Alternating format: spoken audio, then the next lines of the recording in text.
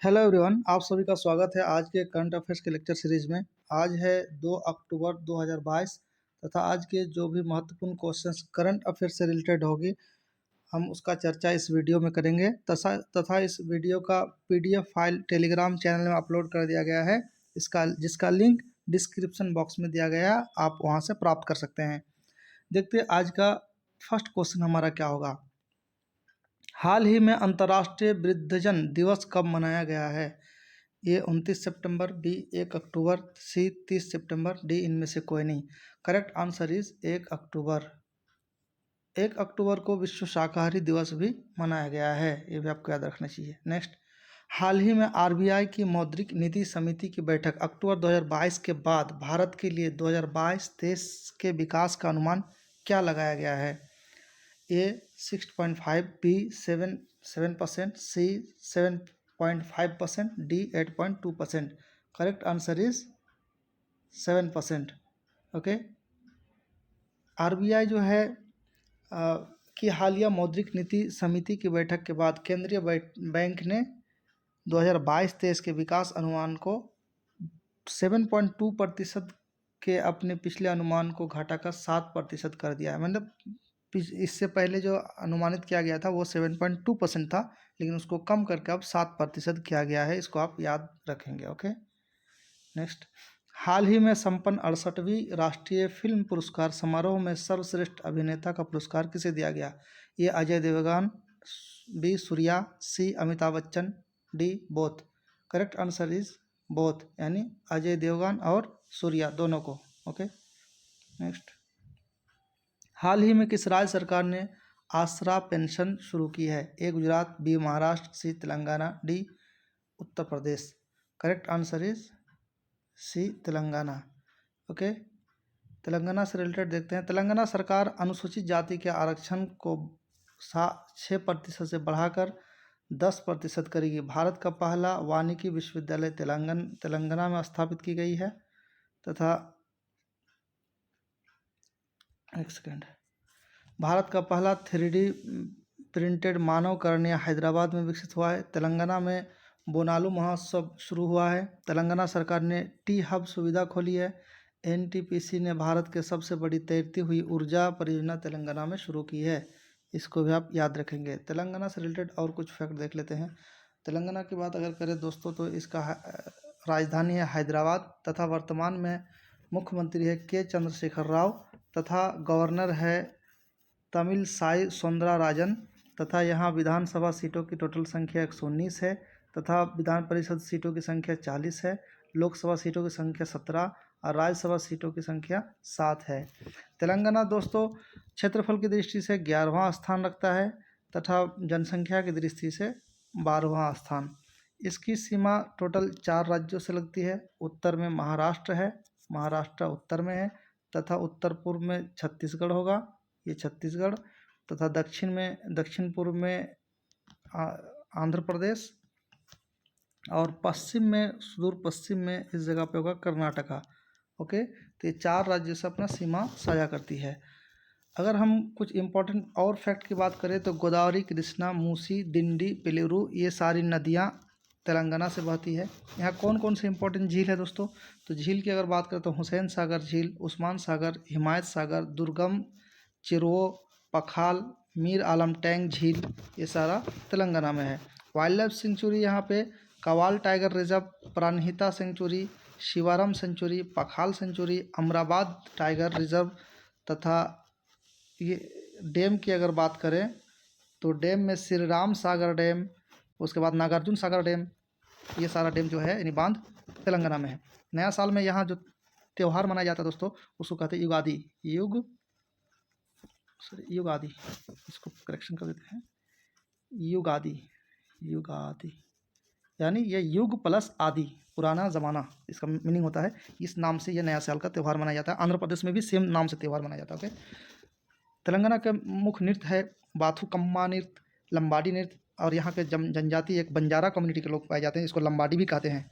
कोया जनजाति, गोंड जनजाति, यूरकोला जनजाति, उसका प्रधान जनजाति कोलाम, चेंचू, कोंडर, सिडिस, थोटी, ये सारी जनजातियाँ तेलंगाना में पाई जाती है। सबसे ऊंची चोटी यहाँ की जो है डोली गुट्टा है, डोली गुट्टा है। ओके, और यहाँ पे 1000 पिलर्स वाली मंदिर है। चार मीनार तेलंगाना में है, मूसी नदी के किनारे है, और ये चार मीनार को 1591 ईस्वी में बनाया गया था, और गोलकुंडा का किला भी तेलंगाना में है। ये इंपॉर्टेंट फैक्ट तेलंगाना से रिलेटेड था। नेक्स्ट, प्रधानमंत्री नरेंद्र मोदी ने दुनिया के पहले सीएनजी टर्मिनल की आधारशिला कहाँ रखी है? Bhavnagar, Ahmedabad, Hyderabad, Panipat. Correct answer is ए, भावनगर। यहाँ पे देख सकते हैं आप, हमारे प्रधानमंत्री श्री नरेंद्र मोदी वर्ल्ड का फर्स्ट सीएनजी टर्मिनल जो है भावनगर में उद्घाटन किया है। ये गुजरात के भावनगर के पास स्थित ये दुनिया का पहला compressed natural gas CNG terminal होगा। ओके, ये आधारशिला रखे हैं, उद्घाटन है, सॉरी थोड़ा मिस्टेक हो गया था, आधारशिला रखे हैं, शिलान्यास इसको कहते हैं।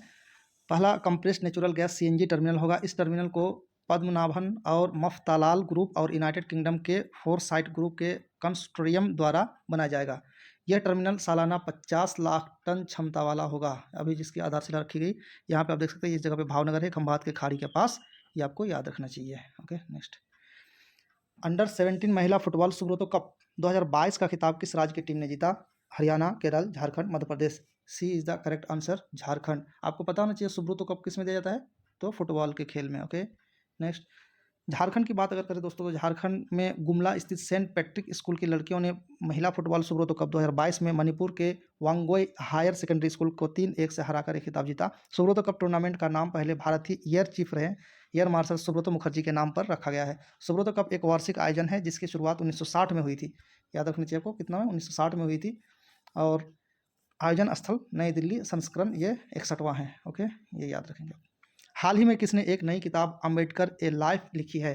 ए हरीश मेहता, बी गीता पिरामल, सी शशि थरूर, डी इनमें से कोई नहीं। Correct answer is Shashi Tharoor.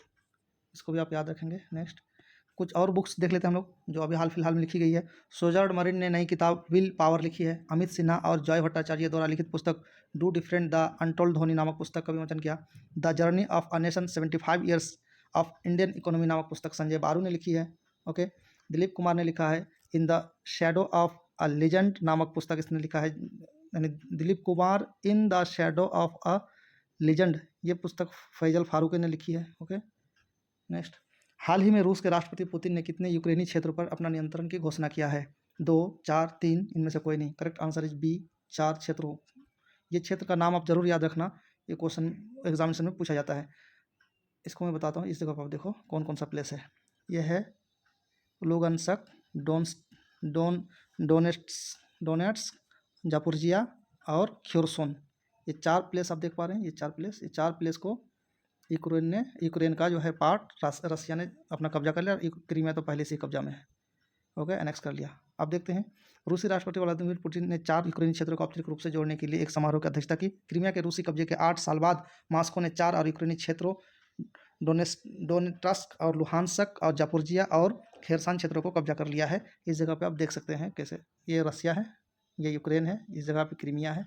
Okay, ये प्लेस देखना था आपको। अब एक चीज़ व्लादिमीर पुतिन से रिलेटेड है, इनकी जीवनी जो है Putin his life and times Philip Short द्वारा लिखी गई है।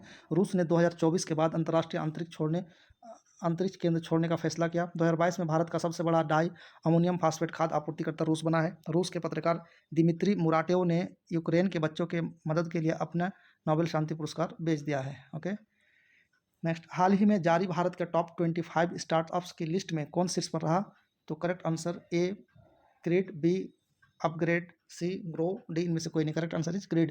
दूसरे नंबर में अपग्रेड रहा, तीसरे स्थान में ग्रो रहा है। अब क्रीड की स्थापना की बात अगर करें दोस्तों, तो इसकी स्थापना 2018 में हुई थी, तथा इसका हेडक्वार्टर कहाँ पे है? तो बेंगलुरु में है। ओके, नेक्स्ट, हाल ही में किस राज्य के मुख्यमंत्री ने चौतरफा रणनीति की घोषणा की है? A Haryana, B Odisha, C Rajasthan, D इनमें से कोई नहीं।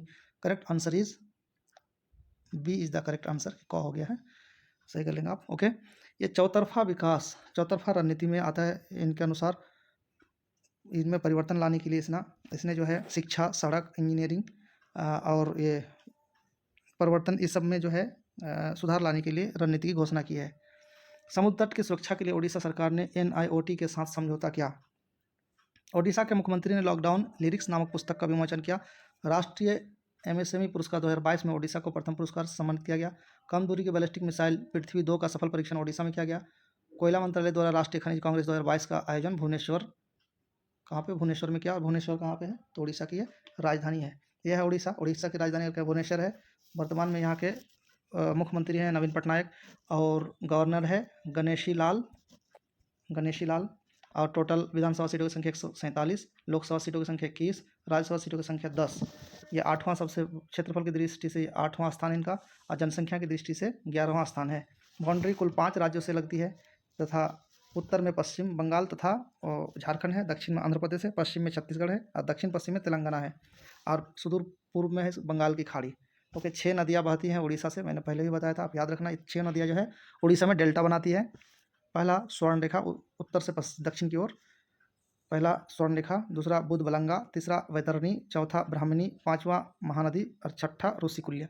इस तरह जो है ये उत्तर से दक्षिण की ओर 6 नदियाँ बहती है। यहाँ की सबसे ऊंची चोटी का नाम है देवमाली।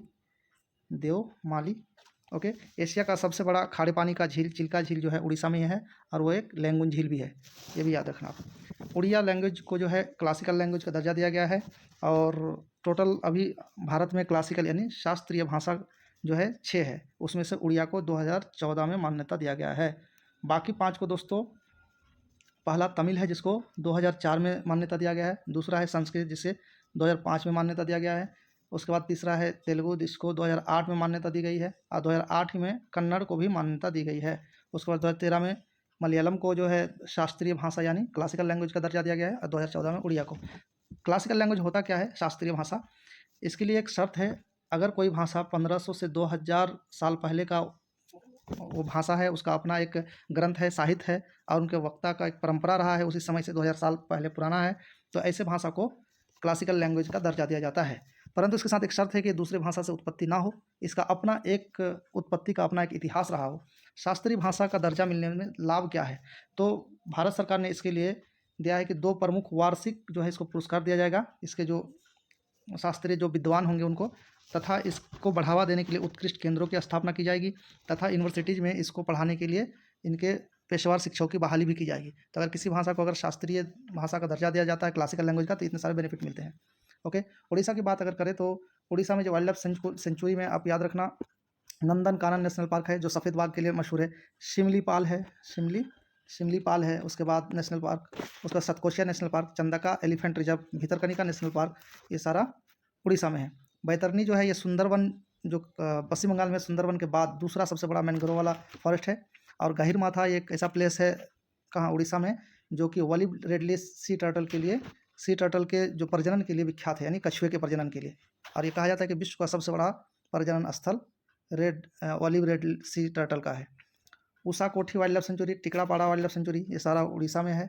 उसका कुछ बीचेज आपको याद रखना चाहिए, गोपालपुर बीच, चांदीपुर, कोणार्क, पारादीप, पुरी, ये सारे बीचेस उड़ीसा में है। जलप्रपात भी है 2 इंपॉर्टेंट, बादाघारा और बुदुमा, ये दोनों जलप्रपात उड़ीसा में है। यहाँ की फेमस नृत्य जो है उड़ीसी कर्मा कांधोय है। यहाँ 2 फेमस गुफा भी है, उदयगिरी की गुफा और खंडागिरी का गुफा उड़ीसा में है।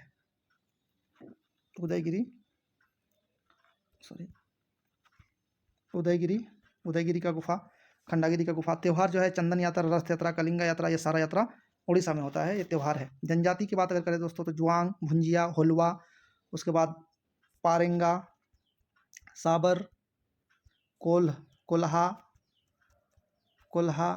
उसके बाद पारोजा, गादाबा, भुनिया, खोंड, कोल, ये सारी जनजातियाँ कहाँ पे हैं, उड़ीसा में पाई जाती है। फेमस जो मंदिर है दोस्तों यहाँ जगन्नाथ, पुरी का जगन्नाथ मंदिर आपको याद रहना चाहिए, ये उड़ीसा में है। जगन्नाथ मंदिर, कोणार्क का सूर्य मंदिर, लिंगराज मंदिर, मुक्तेश्वर और राजरानी मंदिर, ये सारे उड़ीसा में है। नेक्स्ट, हाल ही में भारत ने कहाँ G20 शेरपा की तीसरी बैठक में भाग लिया? ए रूस, B France, C Indonesia, D इनमें से कोई नहीं। Correct answer is C. ये आप देख सकते हैं, ये इंडोनेशिया है।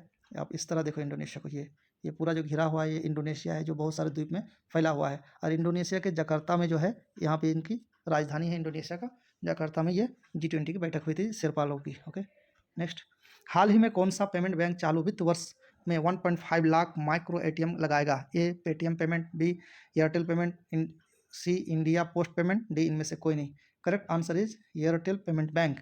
अच्छा, आप बता सकते हैं कि एयरटेल पेमेंट बैंक का स्थापना कब हुआ था? तो एयरटेल पेमेंट बैंक का स्थापना दोस्तों 2017 में हुआ था। इसका हेडक्वार्टर न्यू दिल्ली है। ओके, नेक्स्ट, हाल ही में हीरो मोटोकॉर्प का नया ब्रांड एम्बेसडर किसे घोषित किया गया है? A Ram Charan, B Virat Kohli, C Ranveer Kapoor, D इनमें से कोई नहीं। Correct answer is A Ram Charan. Okay next. और कुछ जो नियुक्तियां हुई उसे भी एक बार सरसरी निगाह में देख लें। यूएई की प्रमुख स्वास्थ्य सेवा कंपनी बुर्जिल होल्डिंग्स ने शाहरुख खान को अपना ब्रांड एम्बेसडर नियुक्त किया है। नॉइस ने अपनी नई स्मार्ट वॉच के लिए वानी कपूर को ब्रांड एम्बेसडर के रूप में चुना है।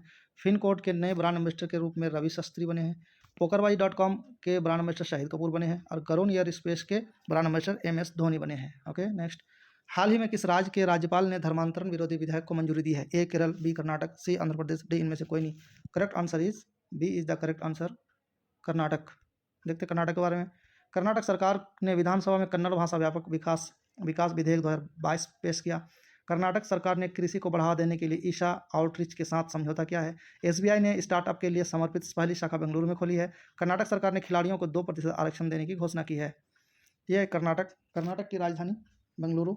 और यहाँ पे टोटल विधानसभा सीटों की संख्या कितना है? 224। विधान परिषद की सीटों की संख्या 75, लोकसभा सीटों की संख्या 28, राज्यसभा सीटों की संख्या 12 तथा वर्तमान में मुख्यमंत्री हैं यहाँ वासवराज बोम्मई, गवर्नर है थावरचंद गहलोत तथा ये जो है आकार की दृष्टि से 6ठा स्थान रखता है, यानी क्षेत्रफल की दृष्टि से, और जनसंख्या की दृष्टि से इसका स्थान 8वां है। 6 राज्यों से अपनी सीमा लगाती है। उत्तर में महाराष्ट्र, दक्षिण में केरल तथा पश्चिम में आंध्र प्रदेश, पश्चिम में है इस तरफ है, इस तरह आंध्र प्रदेश, तथा उत्तर पूर्व में तेलंगाना। ओके, उत्तर पूर्व में तेलंगाना और पश्चिम में गोवा। आप इस जगह पे गोवा देख सकते हैं। ओके, और अरब सागर से भी इसका सीमा लगती है, इस जगह पे अरब सागर है। और दक्षिण पूर्व में तमिलनाडु, जो कि आप नीचे देख रहे होंगे इस जगह पे। ओके, केरल तथा अगर एक और इम्पोर्टेंट बात करें दोस्तों, तो बाबा बुदन पहाड़ी के सबसे ऊंची चोटी जो मुल्यानगिरी कर्नाटक में है। कावेरी, तुंगभद्रा, कृष्णा, शरावती नदियाँ कर्नाटक में बहती है। जोग या गरसोप्पा जलप्रपात कर्नाटक में है।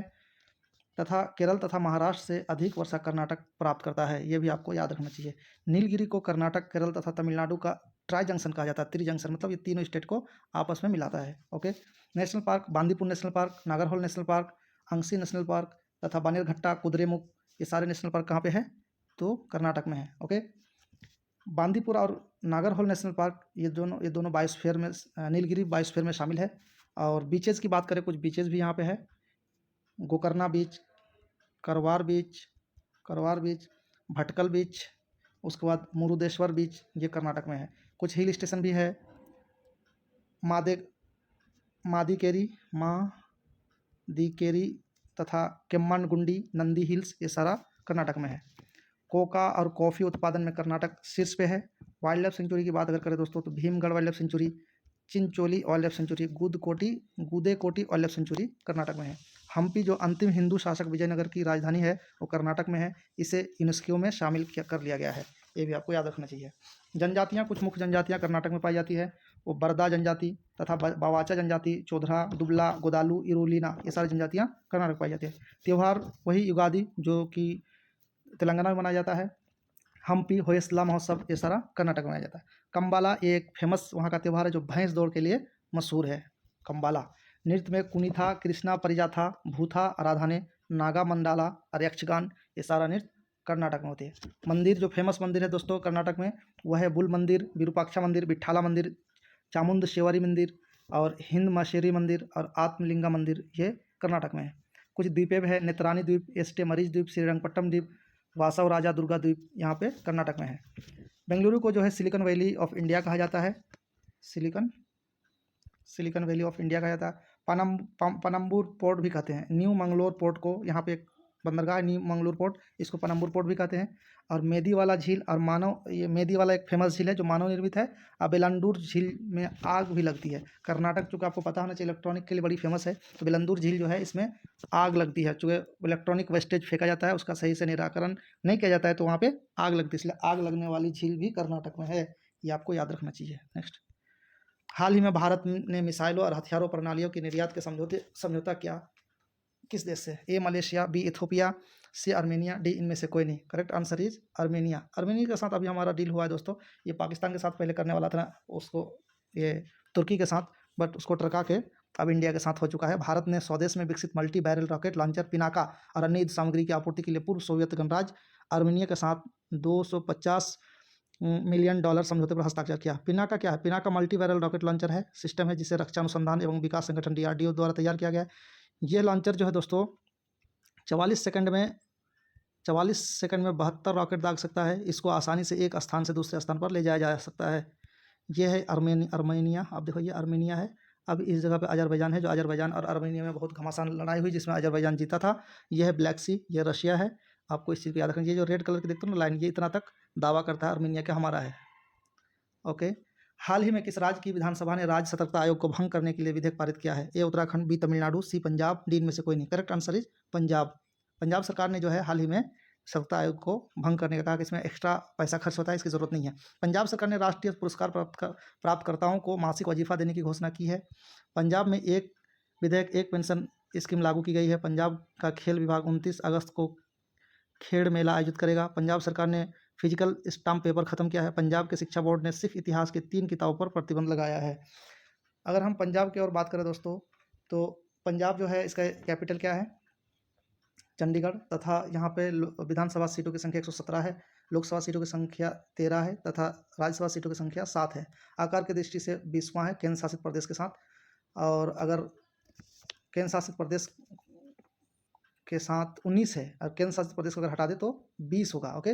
और पॉपुलेशन की दृष्टि से इसका स्थान 16वां है तथा बाउंड्री है 4 राज्यों तथा 1 यूटी से अपना राज्य सीमा साझा करती है और पाकिस्तान के पंजाब प्रांत से। हिमाचल प्रदेश और जम्मू एंड कश्मीर तथा हरियाणा तथा राजस्थान, चंडीगढ़ और पाकिस्तान प्रांत से भी इसका सीमा लगता है, आप याद रखना। कपूरथला रेल डिब्बा कारखाना पंजाब में है। भाखड़ा बांध जो पंजाब और हिमाचल प्रदेश के बॉर्डर में लगता है। और यहाँ का जो फेमस नृत्य है दोस्तों वो भांगड़ा है। भांगड़ा तथा गिद्दा, लुट्टी, किकी, गतका मार्शल आर्ट भी वहाँ का है और नृत्य भी है। पंजाब में ना ही कोई नेशनल पार्क है और ना ही कोई चिन्हित जनजाति समूह है। हाल ही में राष्ट्रीय खेलों में भवानी देवी ने कौन सा पदक जीता है? ए रजत, बी स्वर्ण, सी कांस्य, बी स्वर्ण। ओके। हाल ही में किस देश ने प्रशांत द्वीप राष्ट्रों के साथ एक साझेदारी समझौता पर हस्ताक्षर किया? A America, B Switzerland, C Sweden, D इनमें से कोई नहीं। Correct answer is America. अब अमेरिका के बारे में और थोड़ा देख लें। अमेरिका 1 दशक के बाद पोलियो का पहला मामला दर्ज किया गया। अमेरिका की सीनेट ने गन कंट्रोल विधेयक पारित किया। आरती प्रभाकर को अमेरिका के राष्ट्रपति का विज्ञान सलाहकार के रूप में नियुक्त किया गया है।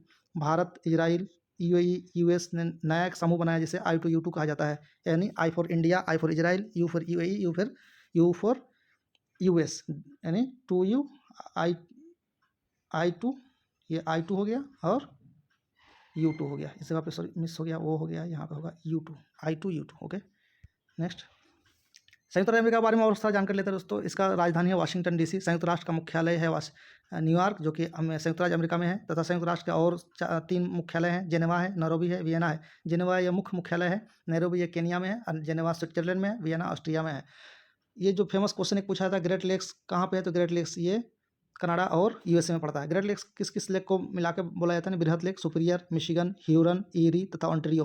ये 5 लेक को, 5 झील को मिला के बृहत झील या फिर ग्रेट लेक्स कहा जाता है। और एक इंपॉर्टेंट फैक्ट जो जानना है आपको, सुपीरियर और ह्यूरन, ईरी, ऑन्टेरियो ये 4 झील जो है USA और कनाडा में पड़ता है। मिशिगन अकेले USA ने अमेरिका, संयुक्त राष्ट्र अमेरिका में पड़ता है। डेथ वैली अमेरिका में है। उत्तरी अमेरिका के घास के मैदान को प्रेरिस कहा जाता है। नियाग्रा जलप्रपात सबसे बड़ी जलप्रपात है जो अमेरिका कनाडा में है। और विश्व में चीन के बाद कोयला उत्पादन में दूसरा स्थान अमेरिका रखता है। विश्व में कोयले के भंडारण में अमेरिका का पहला स्थान है और भंडारण में दूसरा स्थान रूस का है। और ऑस्ट्रेलिया का तीसरा स्थान है। चीन का चौथा स्थान रहते हुए भी ये उत्पादन में प्रथम स्थान रखता है। संयुक्त राज्य अमेरिका के रॉकी पर्वत के ढलान पर चलने वाली गर्म हवा को चिनूक कहा जाता है, ये भी आप याद रखना। अब हम देखते हैं दोस्तों कि कल पिछले वीडियो में जो हमने क्वेश्चन पूछा था उसका आंसर क्या है। आपने अटेम्प्ट किया ही होगा। हाल ही में किस राज्य में विजिट AP अभियान शुरू किया? तो इसका करेक्ट आंसर आंध्र प्रदेश होगा। ओके। आज का हमारा क्वेश्चन देखते हैं। हाल ही में किस राज्य की पुल्लमपारा पंचायत देश की पहली डिजिटल रूप से साक्षर पंचायत बनी है? ये आप ऑप्शन है देख सकते हैं स्क्रीन में। इसका आंसर आप कमेंट सेक्शन में लिखें दें और अधिक से अधिक इसके बारे में फैक्ट को लिखें, जिससे आपकी मेमोरी पावर स्ट्रांग होगा और लिखने की आदत बनेगी। Thank you for watching friends.